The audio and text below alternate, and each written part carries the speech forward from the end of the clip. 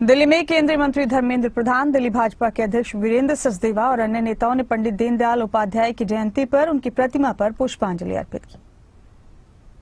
पंडित दीनदयाल उपाध्याय की जयंती है आज और इस मौके पर आज देश भर में जगह जगह उन्हें श्रद्धांजलि देने का सिलसिला जारी है। इधर दिल्ली में कई केंद्रीय मंत्रियों ने उन्हें पुष्पांजलि अर्पित की और उनकी आत्मा की शांति के लिए प्रार्थना की, उनको नमन किया। भारतीय विचार की एक प्रमुख स्तंभ पंडित दीनदयाल उपाध्याय जी की आज जन्म जयंती है। 109 साल पहले पंडित जी का आज ही दिन जन्म हुआ था। पंडित जी हम सबकी प्रेरणा के स्रोत रहे।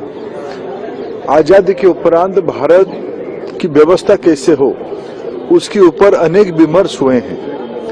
मैं अगर सबसे कारगर और सबसे भारतीय मूल्यों के आधार पर कोई विचार समाज के सामने आज है तो एकात्म मानव दर्शन, जिसकी व्याख्या पंडित दीनदयाल उपाध्याय जी ने किया है।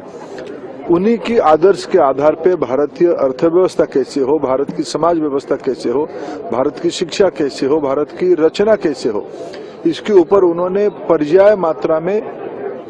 पर्याप्त मात्रा में उसको उन्होंने उल्लेख किया है।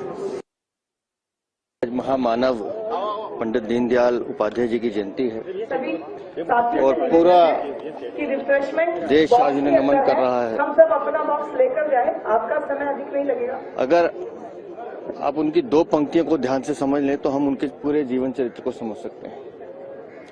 उन्होंने कहा कि समाज का विकास होगा तभी व्यक्तियों का विकास होगा। कुछ व्यक्तियों के विकास के होने से समाज का विकास नहीं होता। तो जो बात उन्होंने एकात्म मानववाद का दर्शन दिया, वही भारतीय अर्थव्यवस्था का या भारतीय प्रगति का मूल मंत्र है।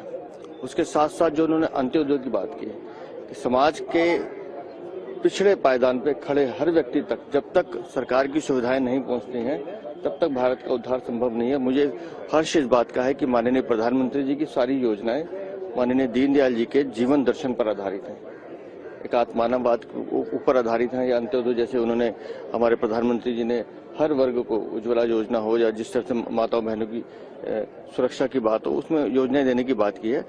और 52 वर्ष की अल्प आयु में दीनदयाल जी हमारे बीच से चले गए, लेकिन वो इस पूरे भारत को एक ऐसा ज्ञान के रूप में अपना एक चरित्र दे गए हैं कि जिसको जितना पढ़ा जाए, उसे जितना समझा जाए उतना कम है।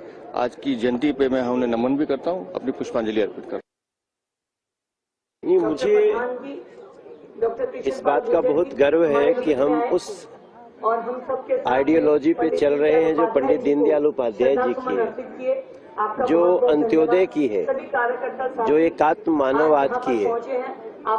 सबसे अंतिम पंक्ति में खड़ा व्यक्ति, उस पर जब तक सरकार की रोशनी नहीं गई तब तक सरकार का कोई सफलता नहीं है। ये विचार देने वाले हमारे पंडित दीनदयाल उपाध्याय जी का जन्म जयंती है।